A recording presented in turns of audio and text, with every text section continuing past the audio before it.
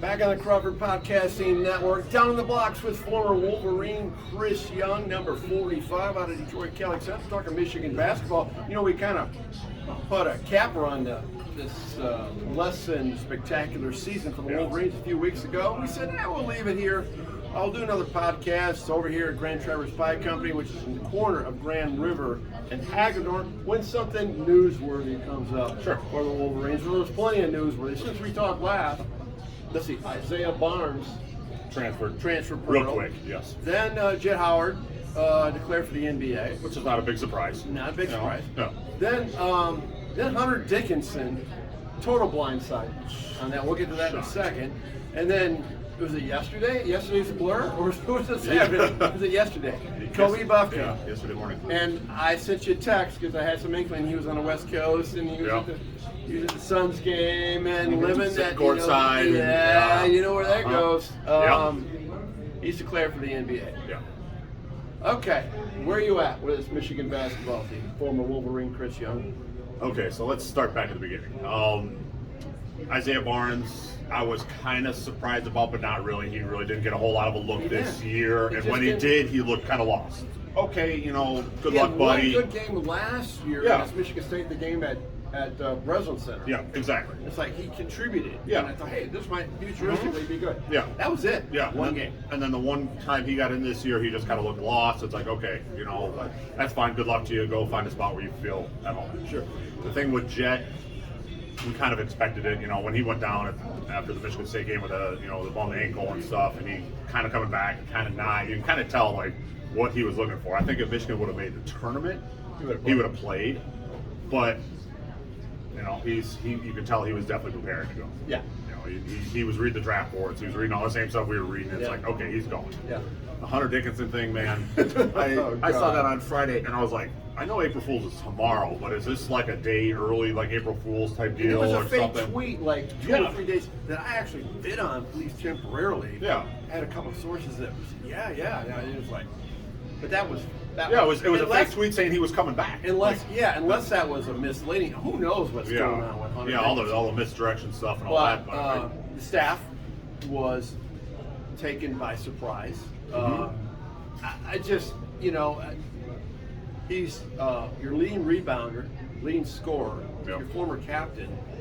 So when we look back at Juwan Howard, not only lost the other 3 guys, he lost his captain. Yeah. I mean, what does that say about the program? And we like Juwan, but we don't like what's happening with the program. Is that a fair statement? I mean, the 2 guys going to the NBA. What can you do? They're potential first-round picks. I mean, it's tough to tell a guy to stay in school if you're a potential first-round pick. Isaiah Barnes transferring, that's going to happen. There's always going to be that. It's the Hunter Dickinson thing that just shocks the hell out of me. Yeah. It's like, and we text back and forth about it. I think it's a financial thing more than it is anything else. Yeah. I think he sees that, he'll probably make the NBA at some point in his career. I don't think he's going to have a long NBA career because his game just doesn't translate. Not today's version. Not today's Maybe version. Maybe the 1982 version. Or the late 90s, early 2000s version where we still had big guys that wanted to get in and bang and then he could stretch the floor a little bit. But the way he plays now, he'll be a great European player. Yeah. He'll make some money playing in Europe, but he's not going to make the same type of money he can make with the current NIL situation. He'll sign probably one NBA contract for a couple $1 million, which is great to us normal folk, but to guys that think they're going to make the $100 million contracts, that's not a thing. So I think he's really chasing the NIL. Yeah, and then watch out for Georgetown as being the landing spot, which is he's from the. It's right down the street from where he's from. Yeah. So his family and everybody can come see him play. And we had texted about that on Friday, and I thought a lot about that. I was like, what, that makes sense. The only reason why, I was kind of a little hesitant to kind of jump on the Georgetown bandwagon for him is if Ewing was still there, I would say, there's a guy. If you're done learn everything you can from Juwan Howard, go learn from Patrick Ewing. But Ed Cooley, I mean, the only thing is maybe he's showing up with a bag full of money and, NIL. Who knows? So I just don't know. But where this leaves the team now, and then we didn't even talk about Kobe Buffkin announcing for the draft yesterday. Where is this team at now? Well, what do they do? Because, I mean, the odds are we're probably going to lose another guy to the portal. T. Will. Probably T. Will. Okay. So now who's your? I mean, you got Terrace Reed Jr. Yep. And you got Doug McDaniel. Yep. Terrace Reed can do some. He's got great upside. Moving components of certain things. Yes. Rebound. Defensively, blocking shots. Blocking shots. Yes. But offensively, he's a zoo. I mean, he can't handle the basket. No, he can't. He can't finish plays. Yeah, he's got butterfinger hands. Yeah. He got a lot of work to do, raw. Yep. And almost like a role player. Yeah. But who's your go-to guy on this Michigan basketball team? Well, and 23-24. Well, and that's the other question marks we have too is Jalen Llewellyn going to come back and is he going to be healthy? Yeah. What type of condition is his knee going to be in? Or Right. is he going to stay? Or is he going to be like, oh, well, man, maybe I got my medical, maybe I'll go somewhere else. Sure. And then is Joey Baker going to get that magical 6th year? Like, how is that a thing? Yeah. So we don't even know what this roster is going to look like. But we won't know until July. Yeah. I mean, the way things have been totally panned up in out. the air. Yeah. And then we look back at what other, college basketball teams, like the LSU women, they had 9 transfers and they won a national championship. You look at Kansas State a year ago, no coach, 2 players. And they got to the Elite 8 and could have easily gotten to the Final 4. Yeah. So but Minnesota men's basketball was the same way. Last season they had 9 transfers in it. Yeah. The roster from the year before, there was one guy that was on the roster from the year before. It's and you never know. We could start getting tweets and text messages right now, and all of a sudden Michigan's got 4 guys that they plucked out of the portal, and all of a sudden it's like, man, okay, we're a top 25 team. But you don't really know. I mean, you don't know what you're. Yeah, and the transfer from Alabama, who's on, I can't think of his name right now, but he's, and I don't really. Yeah, the former 5-star. Yeah, that latch Michigan was on to big names. into. Until they show up. Yeah, until they're on campus. Until they're on. I'll wait till October media day. I'll go down to Chrysler. Okay? Yeah. Then I'll embrace who's on the team, but not until then. Because who knows? This kid started out. Trying to think of what other school he went. Texas Tech. Yeah. Bama. Now he's at Michigan. So you're talking a 3rd stop. Yep. I mean, what does that tell you? It's not a good flag. It's going a on. red flag. Yeah. It's like there's obviously something either with the kid's personality or with the people he surrounds himself with that's telling him like, look, the grass is greener over here. Let's go and do this. Yeah. But it's just become the Wild West, and now for fans of the Michigan basketball program, it's like you're looking at this roster like, I mean, how do we score 25 points? Who do we have that we can put in there and we can? I mean, we lost what, 80% of our total scoring? Yeah. I just Michigan basketball has a core of fans that stick with their program. You know what it's like. I mean, you know what the fickle finger of the basketball program. Yes. I mean, Yes, you I came do. off in the 90s, and then all of a sudden, you had the probation, and you had to endure that. Yep. And there's a small core, but I tell you, there's a lot of Michigan basketball that screw it. They're gonna win 10 games, and all they did was talk about the spring football game all weekend, which was justified. Yeah. Maybe some will latch on to hockey next week, but Yeah. Michigan fans have a fickle element to them when it comes to basketball. Let's be real. Yes, they do. And so this is a critical time for Juwan Howard. How do you, as a former player, evaluate him as a coach, if you would? What you see, this 4 years. You got 4 years of sample size. How can you argue with his body of work? In what way? In what way? How How many Elite Eights have we been to? One. How many Sweet 16s have we been to since Juwan became the coach? 2. Yeah. I mean, so one COVID year where there's nobody played. Yeah. And then, which is a wash. And then, then, it is what it is. 1 year didn't get in. Yep. One barely got in, but won 2 games and got the Sweet 16. Yeah. And then won the Big Ten title in 2021, which some people think it was a different kind of year, which there was no fans, but still. It doesn't matter. You still got to put the ball in the basket. It's still the same situation for everybody. Yeah. And then That was a hell of a year. Yeah. This year, okay, we didn't make the tournament. We go to the NIT, but we had 13 games decided by 5 points or less. But that we means win a couple. We make one more shot here or there, and that's not coaching. That's just the guys making plays and making shots. But I want you to back up on that comment and think that through as a former player. The talent was there. Yes. And and how they lost these games. Mm-hmm. How they lost them with 7-point leads with Vandy, about 45, Yeah. or the Iowa game, or missed opportunity with UVA, Virginia Cavaliers when they were in the top 10, coming to Chrysler, North Carolina in Charlotte, Kentucky in London. In London. Yep. Quality teams. Yep. Maybe not Carolina, but that Indiana on the road, Indiana home. The two Indiana games. Illinois. Yeah. Double overtime. Yeah, you can go on and on and on. Yep. And Purdue at home. Yep. And Purdue at home ended up at a 5-point game, 7-point game. Yep. That was an opportunity. Michigan had so many opportunities to win that game. So that being said, is there a lack of poise and preparation, P&T, from the coaching staff? There was definitely, in a lot of those games, there was a lack of poise. There was a lack of end-of-game situations. What do we do? I keep flashing back to the end of the Vandy game because that was the closest one. It's like just the deer in headlights. Just like not like. But the Indiana game at Chrysler. Yeah. When they had timeout, and they had plenty of time to call timeout, and the best shot they got was jet forcing a three. Yep. That wasn't a well-designed situation. Yeah. So, but then on the flip side of that, you look at the Wisconsin game at Chrysler. We get the ball, we're coming up. We kick it out to Hunter Dickinson, and it was a well-designed play. Yeah, That's what the play was. Plan B on that, which he will because Joey was not open.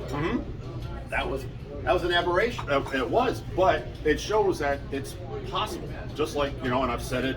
I can't tell you how many times in the podcast we lose the Central, and then we come back and we show what we're capable of doing by just blowing out Maryland. Yeah, and it's like it's there. It's just a matter of getting there. And Jawan's got the staff to do it. Jawan knows how to do it and get the guys to do it. It's just a matter of the guys actually doing it.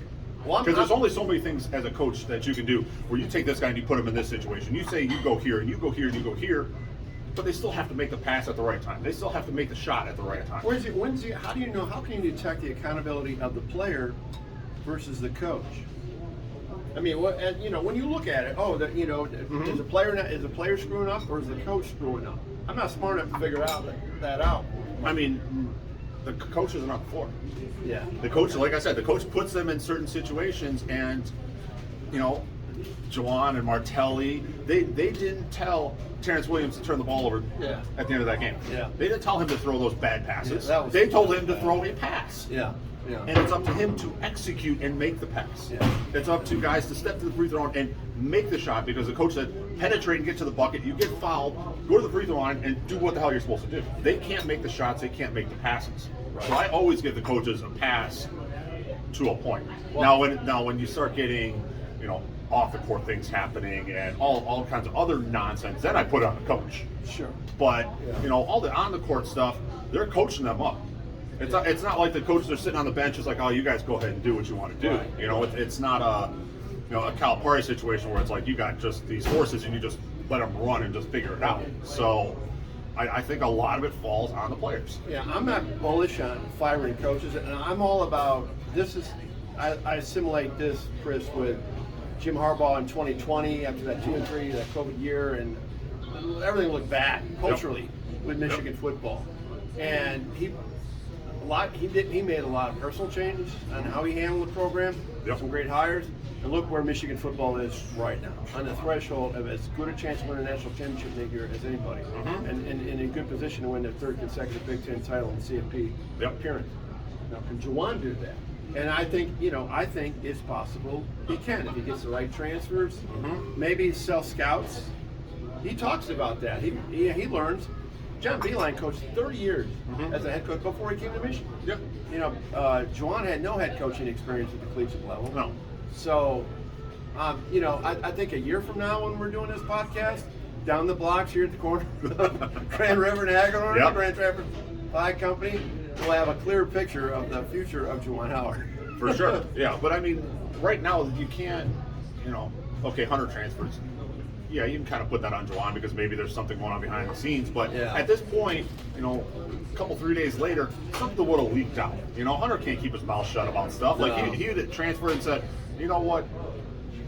Fuck coach. coach. He did this or he didn't do this or whatever. Like he would let there would be some kind of slip, where there hasn't been anything like that. Oh, I didn't like the way Martelli was talking to me one day or whatever it was, and there hasn't been any of that. It's just a transparent guy. Yeah, and which is a surprise. He's been really quiet this whole weekend. Yeah, he hasn't really said a whole lot. He's just been kind of flying below the radar. So, it's a frustrating time, and as I was telling you when we first came walking in, I get a better understanding now watching games and being a fan and of the program of what Tim McCormick and Terry Mills and those guys thought of the time when I was playing. 15 years after they got done, 20 years after they got done looking at what I was doing on the court, and now it's the same thing for me. And it's like, oh, if only this, and oh, this kid should be doing this and this. It's well, you have that insight. I get hindsight's 20/20, so I'm really starting to figure it out. So I'm trying to not be too hard on the players, but there is some player accountability that has to happen. These guys have to get better from top to bottom. Who's ever on this roster, they better be in the gym today working. Yeah. They better be in Camp Sanderson right now working because. I mean, we might be in a situation next year where we get 2 guys out of the portal and we're playing 7 guys. Yeah. And it might be Doug might be starting, it might be Cheese coming with them. And seven can work. 7 can work, but it has to be 7 guys that can go. Yeah. And so it can really the script can get flipped pretty easily in college football. In college basketball. College football is different because you got 85 scholarship kids and a lot of kids involved, and a lot of moving parts, 22 starting positions versus 5. Yeah. So we'll keep evaluating the Michigan basketball. We're all, both of us are in agreement. See how Juwan plays this out. We're not proposing. No, we're not jumping ship. Yeah. That's not even a consideration. And because there's a lot of speculation. Oh, who would be on the short list if Juwan moves on? Blah blah blah. Well, the short list should be everything's kind of pointing towards Martelli. He's going to retire. Yeah. Who's on the short list to fill that spot? Yeah. It's not who's going to take over the big job. Yeah. It's who's going to come in and be the associate head coach, the assistant on the floor that's in Juwan's ear the entire game the way Martelli is. That's the bigger concern for me than we need to get rid of Juwan and who's the next up and coming coach. Okay. So before we close here on Down the Blocks with Chris Young, former Wolverine, Tom Crawford here at the Grand Traverse Pie Company, I want to give you perspective. This is Monday morning with the national championship game going today, San Diego State, with Brian Dutcher, the former Michigan assistant, going against UConn. And this is going to be this UConn team is very good. Very good. But I wanted to ask you about Brian Dutcher because I remember, Steve Fisher was on the tail end of recruiting you, right? Oh yeah. Michigan. No, not tail end. He recruited me. He's the one. Okay. Yep. Now, or in the fourth part of it, before he left, or was asked to leave. Okay. Now, Brian Dutcher was on that team. He was on that staff. Yep. Dutch was in charge of recruiting me. Okay. Yeah, he was the one that recruited me. Your thoughts on him? Does it surprise you he's in the national title game? It doesn't surprise me because Dutch is a great coach. And Fish is not coaching San Diego State anymore, but he still is. Yeah. So a couple years ago, right the year after Fish retired from coaching, we had our annual Michigan basketball alumni weekend in Ann Arbor, and I'm standing there talking with Fish and blah blah blah, asking how he's enjoying retirement and stuff like that. And his phone rings, and he looks at it and said, "Oh, excuse me, Chris, I got to go take this call." And it was Brian Dutcher calling him at halftime of the San Diego State game, asking him about this. So Fish isn't coaching anymore, but he's still right in the thick of it. He's reaching out. Yeah, he's still right in the thick of it. That mentoring thing. I love Dutch. I think it's phenomenal what he's been able to build on what Fish started and what he started at San Diego State. Yeah. Do they have enough to beat UConn tonight? It'll be hard. Anything's possible because it's only one game. I think in a 3-game series or a 5 or 7-game series, San Diego State loses. Yeah. But in a 1-game series, anything's possible. But I got to share a personal story about Dutch. So I was getting recruited by Fish starting my sophomore year of high school, which was 95. Okay. And he was recruiting me real hard, and that's when I met Dutch and stuff like that. And then I actually committed to Brian Dutcher that I was coming to Michigan because I was at a rally, the We Believe in Steve rally in Novi, and I went there to support Fish. And Dutch was there, and I went up to Dutch and I said, I know you can't tell Coach this right now, and I know I'm probably not supposed to be here as a recruit and stuff like that, but I want to show my support for you guys. I love you guys. I want to be a Wolverine. Okay. And that's where I committed right then. That's terrific. Yeah. That worked out So good. I got lots of love for Dutch. I got lots of love for fish. I mean, I've always worn only Michigan stuff, but every once in a while I've got a San Diego State shirt. I'll pull out of the closet and I'll put it on because they're my guys. Yeah. Brian Dutcher, son of Jim Dutcher, former Minnesota Gopher coach. I remember back. Legend. In the day. Yeah, he was coach. Yeah. Started at Alpena Community College. Yep. Did Jim Dutcher and Eastern Michigan. He was on the Michigan staff.